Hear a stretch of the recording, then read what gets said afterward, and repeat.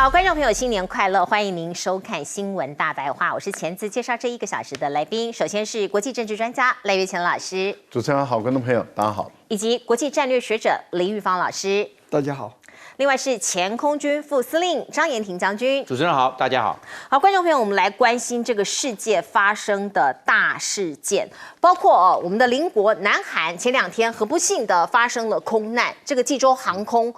坠毁了，只有2名空服员生还。那今天我们看到南韩有进一步的消息，说是他们收到炸弹威胁，有一封恐吓信，昨天寄到了南韩某单位，所以南韩的法务部呢说，这个电子邮件里头声称，他们对杭州这个济州航空的这个所谓的这个事故负有责任，说这个是我们干的，我们用这个高威力的炸弹呢，在今天晚上会在很多地方做一个爆炸这样子的一个威胁。那当然对于南韩来说，他们很紧张大家很多地方都在戒备了。可是这个时间点呢，事故的班机是不是真的是炸弹客做的？现在看起来应该比较像是人为或者是机械故障。或者是有人说鸟击大概是这样子的一个原因比较可能。如果有炸药、有炸弹的话通常你坠落下来现场应该都可以察觉到。我们看到，包括事故班机在事前的48个小时已经飞行了13趟。济州航空是一家廉价航空，是不是因为要一直操这个希望飞机可以发挥最大的效力，所以呢不断的让它飞？说是济州航空今年第3季每架飞机的月平均运行时间高达418小时，比起其他的同业都还要高所以有没有可能是这样操太凶了呢？包括我们看到各国的航空专家都说，好奇怪呀，雾安机场。这个跑道头居然跑道的这个尾巴居然有一个混凝土的墙，后来这个飞机不就撞到那个墙爆炸？怎么会这样子呢？航空专家说太奇怪了啦。通常这个着陆导航装置通常设置于跑道附近的地面，可是雾安机场的混凝土结构实在是特例呀其他世界各国很难看到这样子的事情，甚至有人说这有可能这样子的一个装设都是一个这个致人于死的可怕的一个装设魔鬼11分钟酿80%的空难。大家都知道，飞机在起飞跟降落的时候是最危险的，起飞阶段的3分钟以及降落前的8分钟最有可能失事，或者是最危险。而我们看到这个空难之后，南韩的济州航空呢，1天之内有6.8万张的票被取消，大家不敢搭这家航空公司了。每一次都这样，有空难就发生这样的事情，而被拖累的是波音公司，因为失事的机型是波音737-800。所以我们看到波音公司这个是屋漏偏逢连夜雨。2024年从年头到年尾，它的股价已经跌了30%左右，很可怕目前这一款飞机其实是很多航空公司广泛在使用，在区域的航空的航线上面的一架航空器一种航空器。全球目前有近4400架服役中。那有一些人比较担心的就会害怕，想要避开，所以它的股价跌也是这样的心理因素。包括我们看到从2006年到现在，波音737-800型的客机在18年之间发生了26宗的事故，其中有10例是造成人员死亡，遇难的人数累积起来已经超过1000人。的确现在大家可能都会有一些怀疑的想法出来。而另外呢，南韩的动荡已经政治上的动荡，现在又遭遇到空难，所以它的经济前景看起来很不乐观。GDP 2字头的保卫战，媒体说这个衰退会一直持续到明年以后前景堪虑，大家都不看好未来南韩的经济。而我们看到包括退票啦，还有它的这个航空业的这个衰退啦，也会影响到它的观光。包括你看到尹锡悦哦，他7天内哦看到有人说要把他抓到，这是韩国宪政史上第一次，法院已经签发了总统的逮捕令跟搜索令哦。尹锡悦还要怎么跟检方斗法呢？现在大家都在看。不过在这个时间点，因为太多灾难哦集中在这段时间发生，所以南韩其实也有一些阴谋论或者是一些鬼怪哦这样的民间传说都出来了，包括萨满还有北韩间谍干的也都出来了哦，这是阴谋论四起。包括你看到了有人说这是萨满教的狂热分子哦，正在接管这个国家。那大家去查一下、爬梳一下，萨满就是一种巫术哦，一种比较怪力乱神的一个说法。那另外也有人认为，这个北韩因为跟南韩哦这个敌对的关系，所以是他们的秘密特工做的。而另外大陆这边呢，其实也有一些传言出来，有一些网友就整理了过去10年。南韩发生的一些悲剧啊，那结合了金木水火土，说是要用活人献祭。我们先来看看中国大陆的网友就说，南韩的国旗不是长这样吗？他们认为这是中国的八卦太极旗，他们只把它弄成4个变成4卦，所以这个是大凶之卦象。大家参考一下，这是民俗说法不要尽信可是我们只是告诉你说有这样子的说法在流传包括我刚刚讲的金木水火祭是什么意思？我们看到呢，包括2003年大邱地铁的这个纵火事件，那是火祭；2014年这个就很大的一个这个事件世越号沉船事件。因为我有去采访很多年轻的学生很不幸的沉船，然后被活活的淹死在里面。经济2022年南韩首尔的火车脱轨，土祭2023年去年梨泰院的践踏事件，也很多年轻人这个送命那现在那个时候就有人在讲说，还有一个目祭目祭是什么意思？有人说是空难，结果真的发生空难。大家参考一下民俗的说法。来，委员你怎么看这些灾难？其实南韩有一阵子，大概全世界很多国家都很佩服他。你看，他是20大工业国之一，G20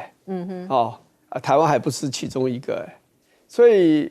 他的这个，你看手机，三星的这个手机卖的这样子的好，还有他们的电器好多，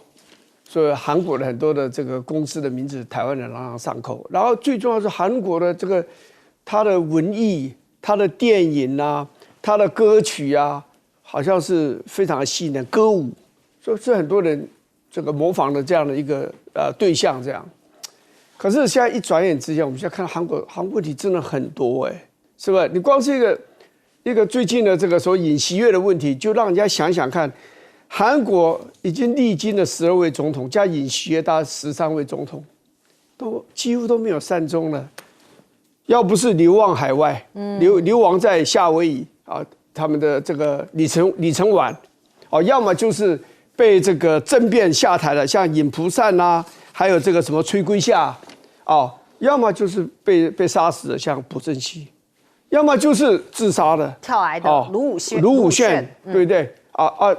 最多的是被逮捕然后去坐牢，要么就是他家里也去坐牢，所以几乎没有一个善终的。所以这个人家就会觉得说，这跟韩国的民主性是不是有关系？就韩国人好强这个真正的战斗民主非常的强悍，绝对不妥协，绝对不低头。所以拥有权力的时候呢，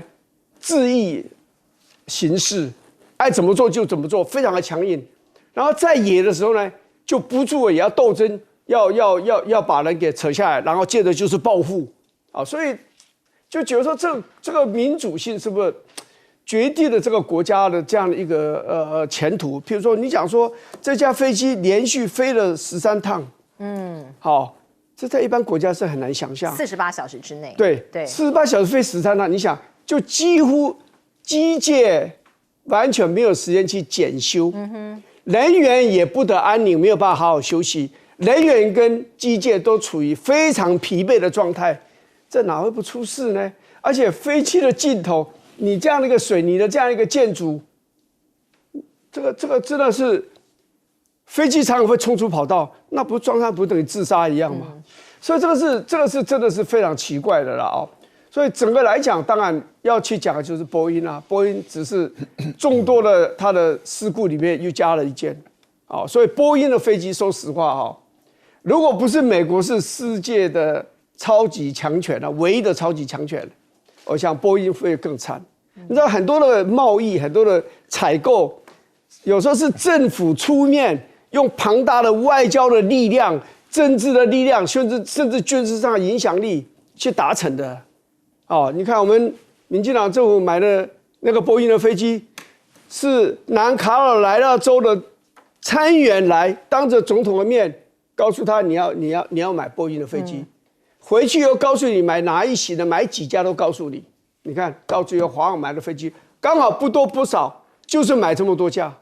啊，所以这个就是波音啊，只是说看起来某种程度也是美国国力的真的衰退。是啊，你看波音这么好的全世界最大一个飞机制造公司，到最后这样出这么多的事故。是将军是飞官哦，那怎么看这一起空难？我认为他这个有讲到，就是有这个收到这个炸弹的威胁。我认为这个是蛛丝马迹，不要放弃去抽丝剥茧，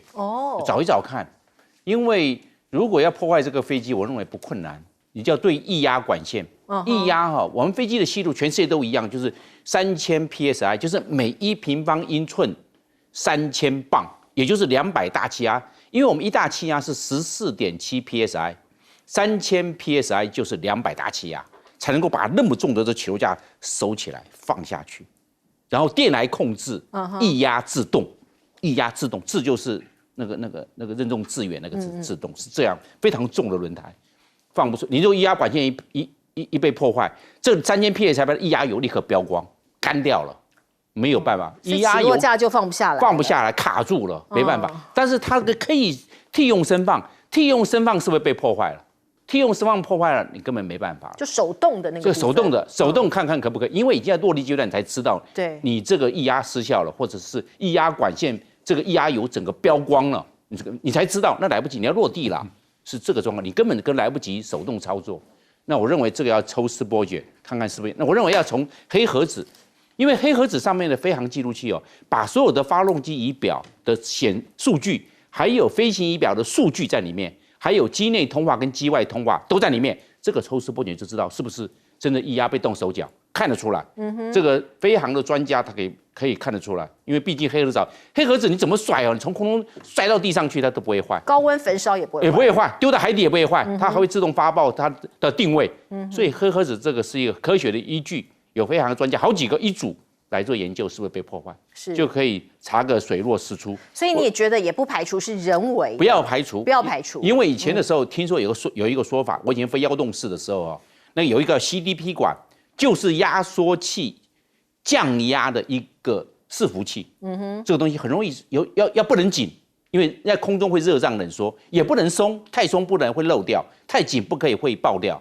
所以这个地方有人容易动手脚，叫 CDP 管。每次我去检查的时候，这个在进入舱打开的时候，我都会去摸那一根。那一根的管子不能紧，不能松，而且不能一拔掉了，那就完蛋了。在空中它没有办法控制我们的压缩器的压力，会造成发动机失效。那一个听说有人会动过手脚，一动手脚，这个飞机就回不来。所以有些飞机的出去曾经有过，就是说无影无息就失踪了，消失。曾经有过，因为我听他们讲，哦，那特别要注意到这一根。那这是反正这师傅这学长学弟传授下来的嘛，我们所了解的嘛。另外一个我看他这个问题哦，他这个起落架这个没有办法放下来的，靠这个机腹着陆呢，靠机腹着陆，它应该在跑道的终端。对，你不要在跑道中段，你要刚开始跑道头就要落地，因为2800公尺的跑道嘛，你可以继续摩擦，因为毕竟。有轮胎毕竟好，可以刹车减速。你现在只能靠摩擦减速，效果很差。而且我们知道机腹很平滑的，那你这样的话，它的这个减速效果就非常的差。你看它撞那个墙的时候，大概速度还将近90到100公里，然后那个墙又不可以，应该拿拦截网。我们所有的空军的跑道全部是拦截网。那为什么它会有墙在那？不能有墙，你有墙的话就置人于死了嘛。那铜墙铁壁，那是钢筋混凝土，那还得了？根本就谋杀，那就没办法。所以你看这一次的181个人，有179个人死亡，对，你看是非常的严重。那平常的时候呢，我们知道啊，如果没有这个墙的话，靠拦截网把你网住，飞机机损人安没有问题，但是你撞墙没解，所以那个墙是不对的。你看我们所有空军的跑道都是拦截网，但是你撞的时候呢，一定机损人安没有问题，飞机没有关系，修一修。大修小修花不了多少钱，但人都保住了嘛，是应该这个样子嘛，所以我认为它这个跑道的设计上是有非常大的缺陷，而且我们知道这架飞机它满载175位置全满，再加上6个机组员181个，所以它进场数量很大，因为很重，所以动量就很大，撞墙这种速度就非常大，没办法减速嘛，所以造成这一次失事的牺牲那么惨重。是，你看连机场、飞机还有各个方方面面这么致命的巧合，全部都集中在一起，所以发生惨剧。对，现在的很多飞行专家啊，还有很多资深的这个飞行员啊，他们都认为说，怎么会在安全区最后跑道的末端的安全区这个地方会设一个钢筋混凝土的这个墙，而且它的高度是2米高，再加上这个方向指标器再2米，等于是4米高。而它最主要的是它的钢筋混凝土的标度里面是2米。而且还宽很长，所以才会造成飞机撞上去以后就立刻产生爆炸啊！那大家都不解，那韩国已经有回应了，啊，韩国的这个交通部国土安全交通部已经有回应说，他们是符合标准的。可是大家都觉得说你不是符合标准了，因为它是后来航道在改的时候，它留在那个地方，所以说它是一个临时设施。但重点是它在强调的是在哪里？强调说国际的飞安组织是说是在这个飞行末端跑道末端之后的安全区是90米到240米，这个地方都是符合标准。然后但是国际的要求是说至少要240米，是最好的。那当然你延伸到250米到300米是最理想的。是，结果它不到240米，它是190几米，192米。可是他还说我还是在于90米跟250米之间，所以我是符合标准。好，这样的一个态度，可是大家还是不解，你还是要跟大家解释你的那个挡土墙盖2米的意思是怎么样啊？所以因为到最后大家发现是那2米的一个高度嘛，的撞击。不过我觉得这个部分里面也给我们台湾我觉得台湾要对每一个重要的重大的国际飞安事故都要去了解。例如说我们的松山机场、台中啦、小港啦，还有桃园的机场，在你飞跑道的末端的安全区里面，我觉得在这个部分里面还是要去思考。怎么样？如果说一旦飞机有问题的话，能不能成功的把它拦截下来？我觉得这个还是一定要思考，特别是松山机场，我觉得真的是一定要思考。第二个呢，对于任何的一个恐吓信件都不能掉以轻心，我觉得都应该去追查，而且要查出是谁发这个恐吓信。如果他是讹诈，造成这个民情社会的不安，就把他逮捕嘛。我觉得在这个部分，但是千万不把它当做一件事，宁可信其有，不要信其无因为查出来最后安全无关，是有人恶作剧，或是有人故意要扰乱军心民心，就把他逮捕下来。还有一个部分里面，我觉得现在比较大的一个问题是波音到底有没有问题？因为目前来讲都已经指向这一款，就是波音737-800，这10几年间发生了大部分的飞安事故都跟这一款飞机有关系，所以这款飞机到底安不安全？我觉得应该要给大家一个交代。是，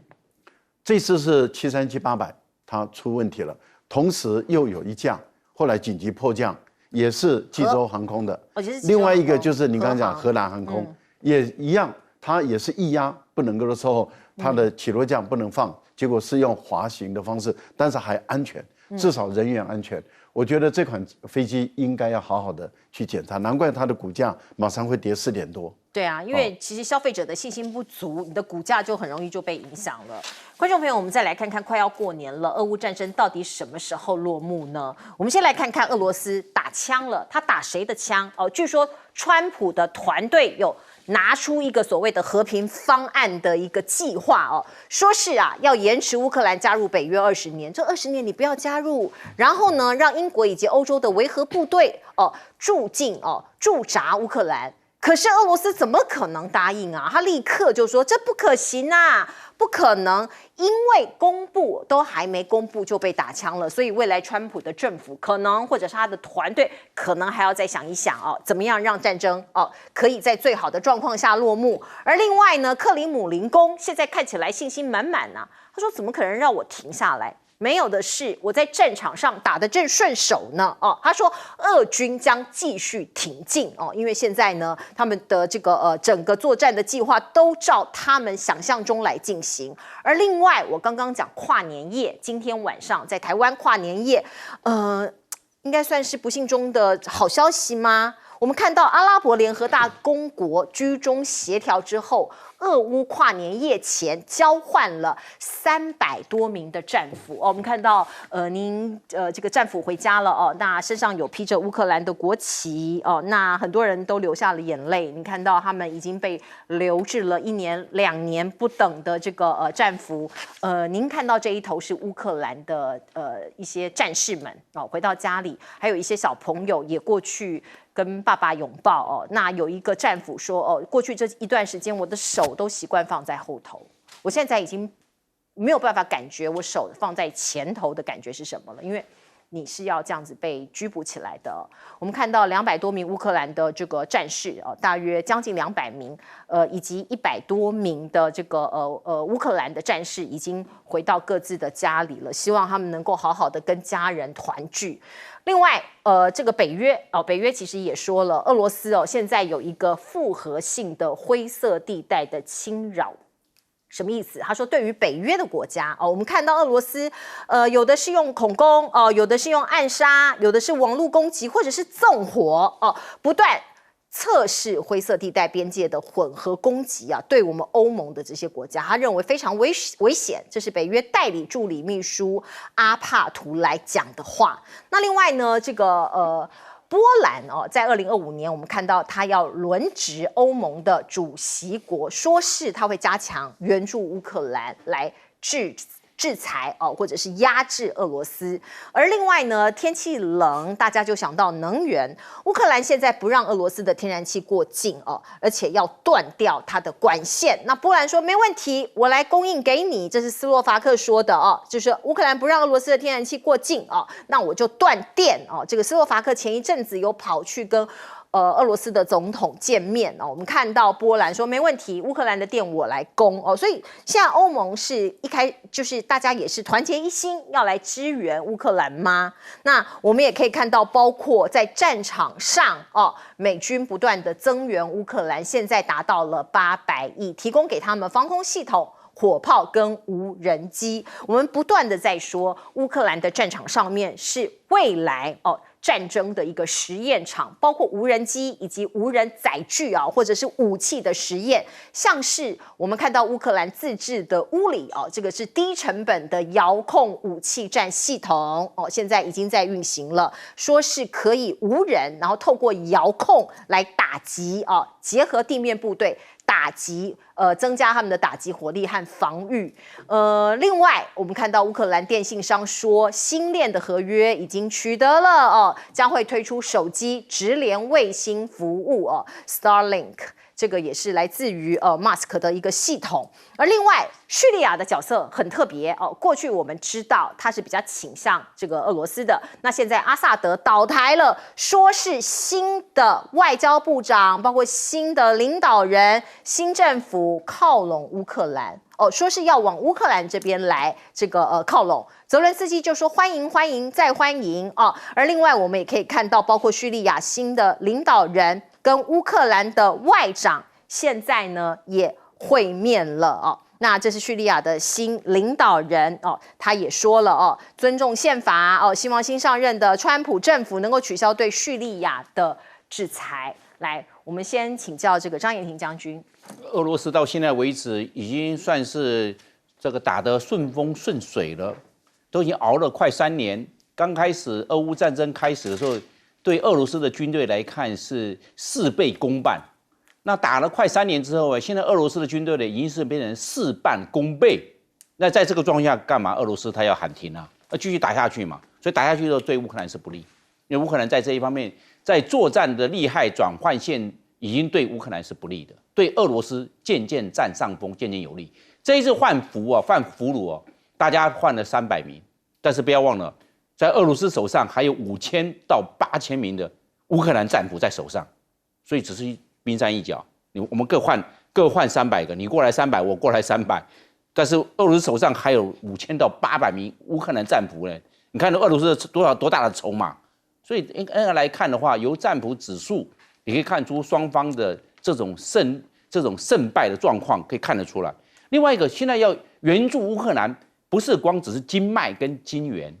而是要人，要兵源。乌克兰现在缺的是兵源，要有兵过去支持。现在西方国家都不派兵，然后乌克兰只能靠国际雇佣兵。那国际雇佣兵要的是钱，那美国给钱是这个样，美国那钱要发薪水。乌克兰这些国际雇佣兵一个人每一个月发的薪水将近要10万到15万不等，看出了什么任务。10万到15万，这个对乌克兰来看的话，负担相当深，乌克兰绝对付不起。那像美国给，那美国哪一天不给的时候，那乌克兰怎么办？国际雇佣兵马上就离开，解散，没有你发不出钱，他就离开了。所以变成这个状况，乌克兰现在缺的不是光是金援，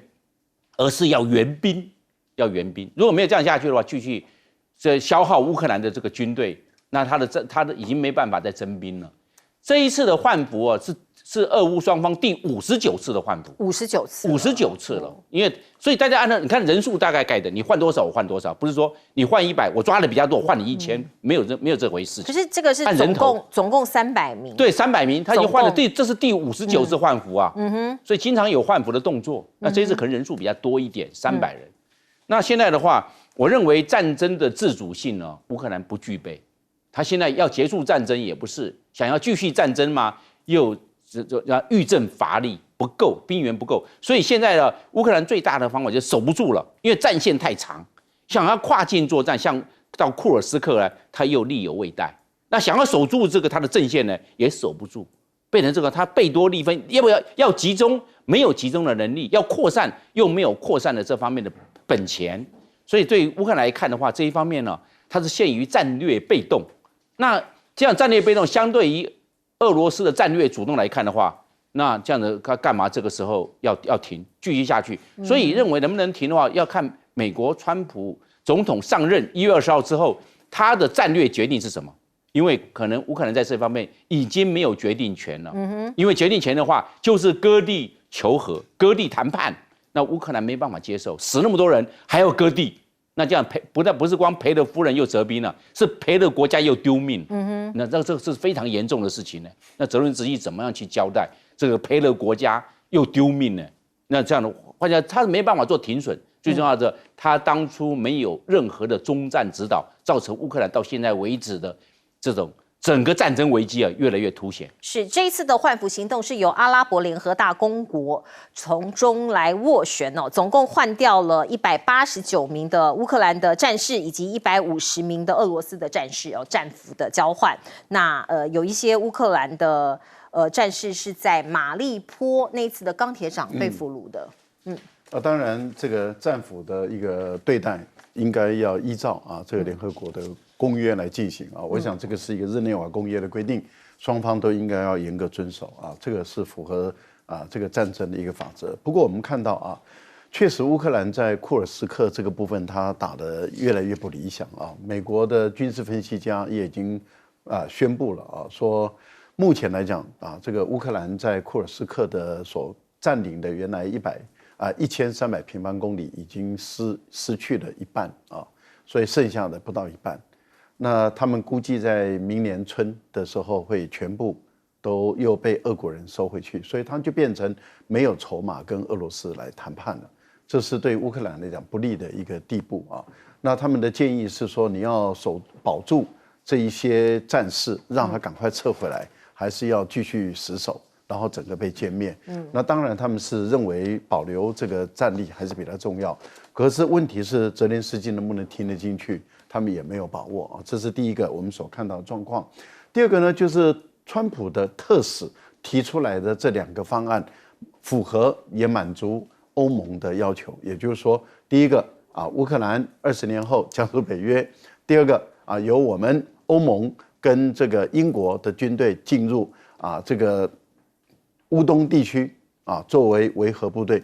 可是这个部分里面是对俄罗斯来讲是没办法接受的。第一个就是说你要加入北约，那俄罗斯发动这场战争就没有意义了。因为当初就是不同意乌克兰改变中立地位加入北约嘛。北约是一个敌对俄国，而且对俄国的安全有威胁的一个军事组织，我怎么可能让你加入？那我打这场仗的目的在哪里？第二个呢，就是我怎么可能让你北约的军队进入这个乌东地区呢？因为当时就是要求你北约任何部队都不能够进入乌东地区，你进入的话，我就对你北约发动攻击。那怎么可能？我现在让你欧洲跟英国，他们大部分，英国就是北约的成员国，是欧盟里面绝大部分的国家也是北约的成员国，那等于是换一个名称而已，让北约的军队进入乌克兰东部，这个俄国怎么会接受？所以提出这个主张的川普的特使是满足欧盟的意见，但是也太不进入状况了。那俄国怎么会接受？所以一开始就踢铁板嘛，所以他等于是踢了这个川普的铁板。那川普的颜面就无光了，因为他派的特使提的第一个方案就被打脸，而且是立刻打脸。那现在的情况是你要重新提方案，所以你川普你马上要上任了，你要解决俄乌冲突的，看起来它的复杂性远远超过你，而且你根本没有能力解决。另外，波兰说他会全力挺乌克兰，说了就要做到。你不是给钱给最多的，你也不是武器给最多的。可是如果一旦美国不再给乌克兰钱跟武器的话，你波兰要代替美国给乌克兰钱跟武器吗？我觉得说大话会，但是做实事少了。是，还有一个就是叙利亚的角色现在有很微妙的转变，看起来好像要跟乌克兰站队了。哎，委员，因为他们两边好像都选择没有很多嘛。对叙利亚来讲，他真的是希望，因为他知道西方国家是支持乌克兰的，他如果借着对乌克兰的这样一个示好，他认为他可以争取到这种西方国家对他的支持，因为西方国家现在还是用一个非常戒慎小心、警戒的眼光在看待叙利亚的新的政权，因为毕竟这个政权最早是跟 ISIS 是有相当密切的关系的，所以他们在观看当然对以色列来讲这个是好事了。如果能够这样子，你不要忘了，泽连斯基就是犹太人，那我是觉得这场战争真的其实双方都打得很疲倦。刚刚岳先讲的这个克什克的确是个好例子，但是你也要想想看，8月6号乌克兰打进克尔斯克，到现在已经多久了？今年都要翻页过去了，对，4个多月了，马上都要5个月了。现在大概原先听说大概占领了1300平方公里了。现在大概还占领了将近800平方公里。那我跟你讲，俄国人投了很大的兵力去反攻，连北韩的军队都用上了，可是看起来还在僵持。所以对他们来讲，这也是很苦恼一件事。我认为，这个像大多数观察家所讲的，俄国不会轻易的退却，不是只有土地的问题，真正的是未来乌克兰跟北约的关系是什么？对。如果按照泽连斯基所讲的说，现在的土地这个目前乌克兰还占有的土地，那你这个北约要帮我保护，那剩下的土地已经被俄国占领了，未来用外交手段把它拿回来。那这样子，那请问人家俄国人打这个仗，死了这么多人，花这么多钱，对啊，他得到了什么？所以我觉得，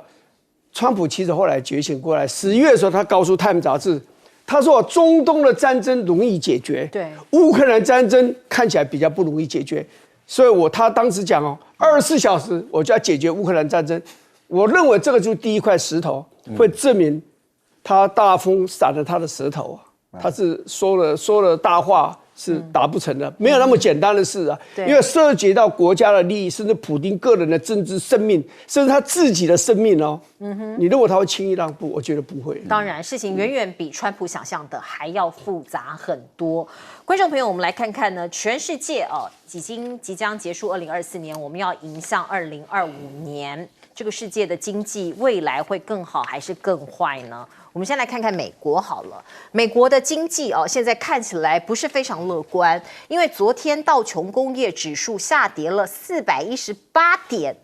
收在42573点，可以说全天都在震荡一度还跌幅超过跌掉了700点。所以到底发生什么事情呢？我们看到这个10年美国的10年债殖利率也创下了一个月以来的最大的跌幅，主因是因为 FED 明年积极的降息的期待落空，所以市场对于川普的新政未来政策的走向还在观望，所以债市也出现了抛售潮。美国经济出现了大危机我们看到一般底层的民众是怎么过日子的，这边形容被榨干，很多人根本没存款，花光了，信用卡都刷到破纪录了，违约破纪录刷到不能再刷了。所以你看到今年前9个月信用卡的贷款坏账已经达到460亿美元，比起去年同期高了50%这个还蛮让人忧心的。而在现实面，你看到街友变多了像是这些无家可归的人在人行道搭帐篷还有这些到处在流浪的流浪汉比起去年激增了18%现在已经达到了创纪录的77万多人所以我们看到川普真的这么神吗？他真的可以把美国这个振衰起弊然后把这个经济救起来吗？我们看到他的3个剧本第一个大概是很激进的关税他不是说要增加中国的关税，增加加拿大的关税，增加墨西哥的关税吗？还有移民政策，我把你赶走非法移民把你赶走。看起来消费者的信心会造成很大的冲击你国内的这些一些消费的这个消费品可能会变成更贵那通膨也会加剧。另外，川普的贸易和地缘政策非常极端也会导致停滞性的通膨。第3个可能好一点它松绑监管和减税等措施，可以来刺激经济的成长。所以未来大家都在看川普怎么样救经济。而另外，中美的角力一定是持续的，现在看起来无解持续对抗。美国的学者就说，川普在关税战中握有一手好牌，这是来自于普拉萨德的说法。他说，当前中国更依赖出口，而欧洲和日本都不希望成为中国的倾销地，所以呢，可以让美国在关税战中受伤比较小，这是来自于美国学者的说法。而另外呢，中国可能也有一个武器，就是切断供应链，我加速我跟你脱钩，你要跟我脱，我也跟你脱，包括这个稀土这些关键的一些物质物产资源，来惩罚中国做生意的美国在中国做生意的美国企业那这很激进，会不会适得其反呢？大家也都在观察。而另外呢，中国大陆还是持续在做 AI 的新创像是相关的产业没有因为美国晶片制裁落后美国太多，包括中国大陆现在禁止政府你不能采购这个 Intel 还有这个超微这些晶片，已经见成效了中国大陆的这个产的这个处理器已经销售超过1000万颗我不让你用美国货自己做。而另外，中美关系真的难回头了吗？没有和缓的迹象吗？最近有一个指标性的人物过世了。昨天我们看到美国前总统卡特去世了他是100岁的人瑞习近平向拜登政府发出了这个致唁的这个电报说对他的去世深感痛惜。过去我们看到呢，卡特他卸任之后呢，也经常访问北京这是2012年12月，你可以看到卡特跟习近平在北京的中南海见面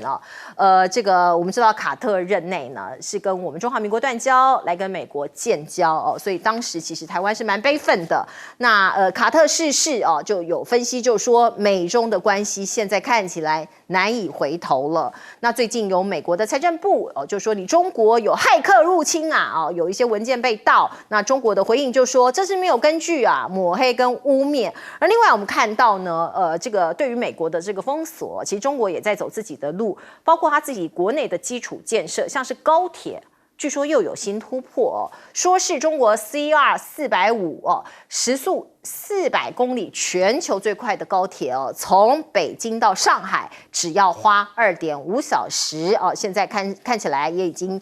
要上路了。那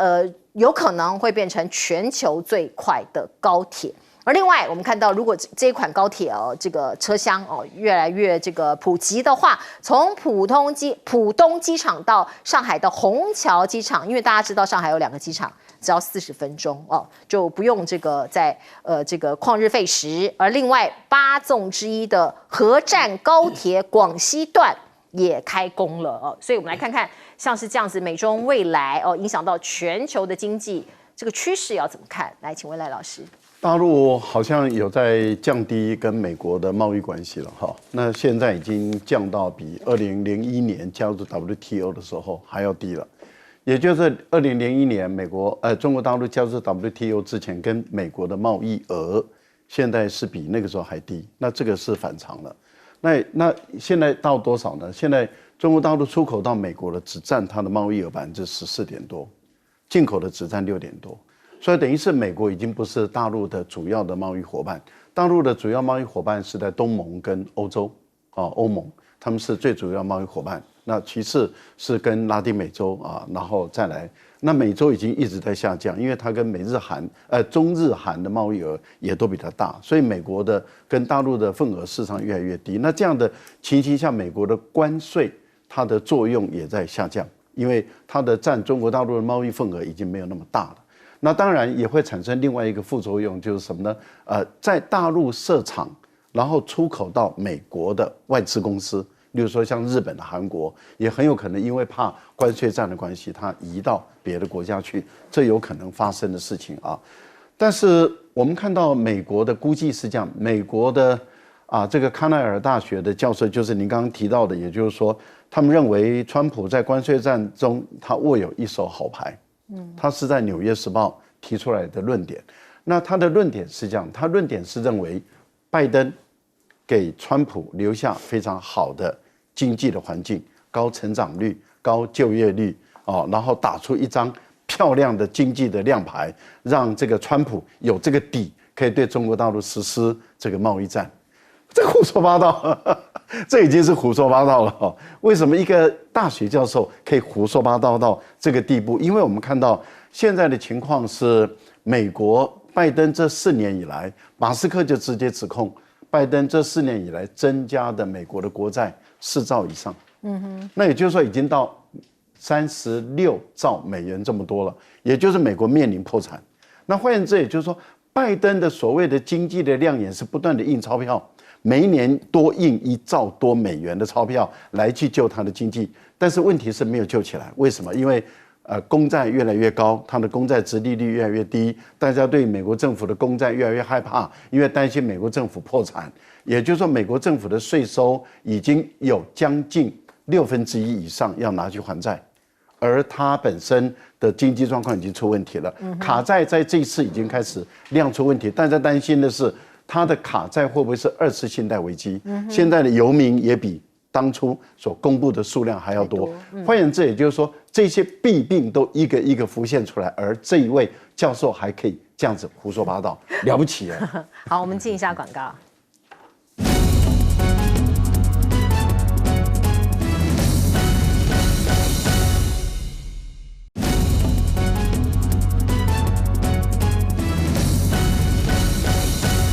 接下来请教委员怎么看美中的持续对抗？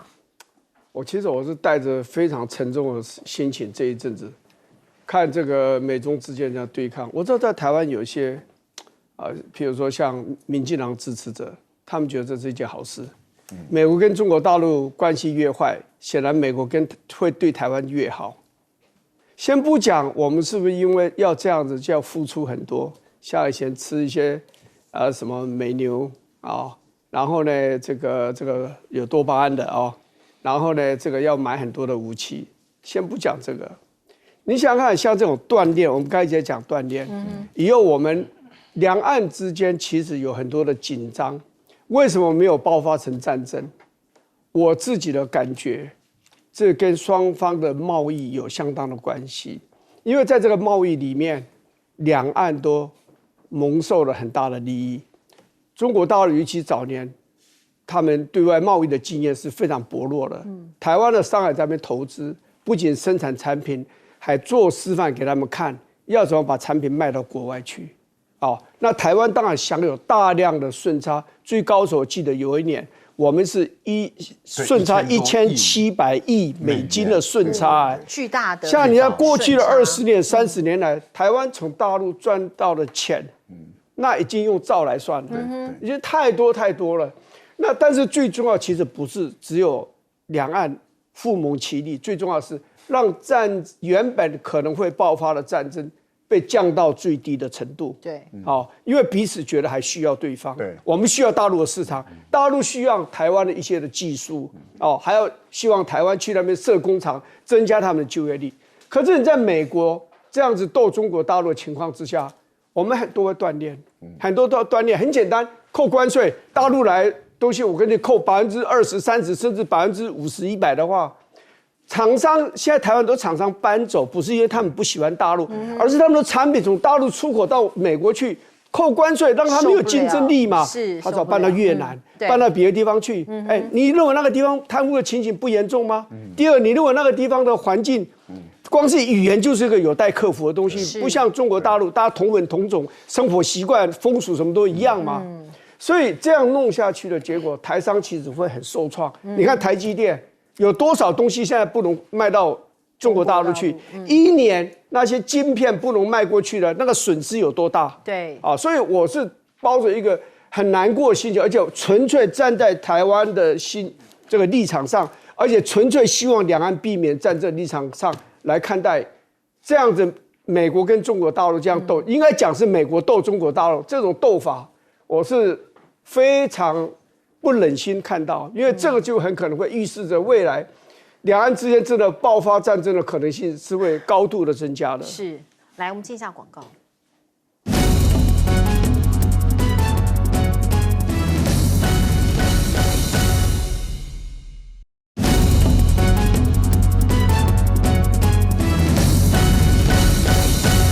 好，美国的国债不断的在增加，那川普上来能解决吗？来请教将军。我认为没有那么容易解决，因为就算川普要增加对中国大陆的关税，让中国大陆的卖到美国的东西越少越好，他不要那么多的贸易赤字，但是我认为没办法解决，因为美国3只黑天鹅同时而来。第一个，美国国债36兆，它每年的国债息就是1.133兆美元的利息，你看每一年。根本什么事都没做，先付国债的利息，因为今天的美国国债息是4.34%，你看高不高？高，那你就要付这个利息。第二个，美国的联邦政府的赤字一年是1.8兆美元，你看联邦政府一直都透支嘛，税收的少，但是钱发的多啊，那也没办法，这个也是黑天鹅啊。第三只黑天鹅就是贸易赤字，今年2024年现在已经年底最后一天了，它这个要到今年1月到10月。美国的贸易赤字是9800多亿美元啊，今年绝对破兆。你看这3个加起来4兆，每一年透支4兆，那还得了？那透支4兆，美国怎么办？好，他想说，那我少买点东西，因为平衡这些逆差。那像对中国大陆加关税，那中国大陆的东西进来就贵了嘛。